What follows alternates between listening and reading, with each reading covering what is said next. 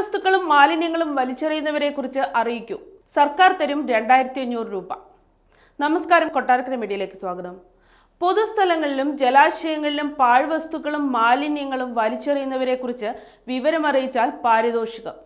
ഫോട്ടോയോ വീഡിയോയോ പൊതുജനങ്ങൾക്ക് 9446700800 എന്ന വാട്സപ്പ് നമ്പറിലേക്ക് അയക്കാം.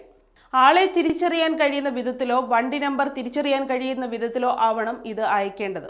ഇത്തരം നിയമലംഘനങ്ങൾ പരിശോധിച്ച് 10,000 രൂപ ശിക്ഷ ഈടാക്കിയാൽ അതിൽ 2500 രൂപ വിവരമറിയിച്ച ആളിന് ലഭിക്കുമെന്ന് തദ്ദേശ സ്വയംഭരണ എക്സൈസ് വകുപ്പ് മന്ത്രി MP രാജേഷ് പറഞ്ഞു.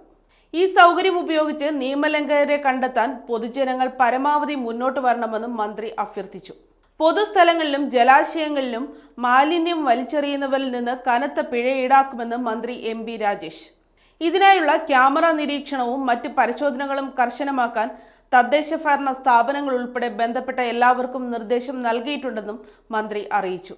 വലിച്ചെറിയൽ വിശുദ്ധ വാരാചരണത്തിന്റെ സംസ്ഥാനതല ഉദ്ഘാടനം തിരുവനന്തപുരം പാളയം സാഫല്യം കോംപ്ലക്സിൽ നിർവഹിച്ച് സംസാരിക്കുകയായിരുന്നു അദ്ദേഹം. കേരളം മാലിന്യമുക്തമാകുന്നതിന് ആദ്യം വേണ്ടത് വലിച്ചെറിയൽ മുക്തമാവുകയാണ്.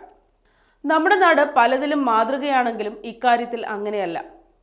കുടിവെള്ള കുപ്പിയോ ഭക്ഷണാവശിഷ്ടങ്ങളോ പേപ്പറുകളോ കവറുകളോ എന്തും ആവശ്യം കഴിയുന്ന ഉടനെ വലിച്ചെറിയുക എന്നതാണ് പലരുടെയും ശീലം.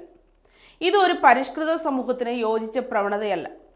മാലിന്യങ്ങൾ എത്ര വലുതായാലും ചെറുതായാലും ബിന്നുകളിൽ ഇടുകയോ വീടുകളിൽ കൊണ്ടുപോയി ഹരിതകർമ്മസേനാംഗങ്ങൾക്ക് കൈമാറുകയോ വേണം. എന്നാൽ ഇതിന് ബോധവൽക്കരണം മാത്രം പോരാ. അതുകൊണ്ട് നിയമ നടപടികളും ശക്തമാക്കുകയാണ്.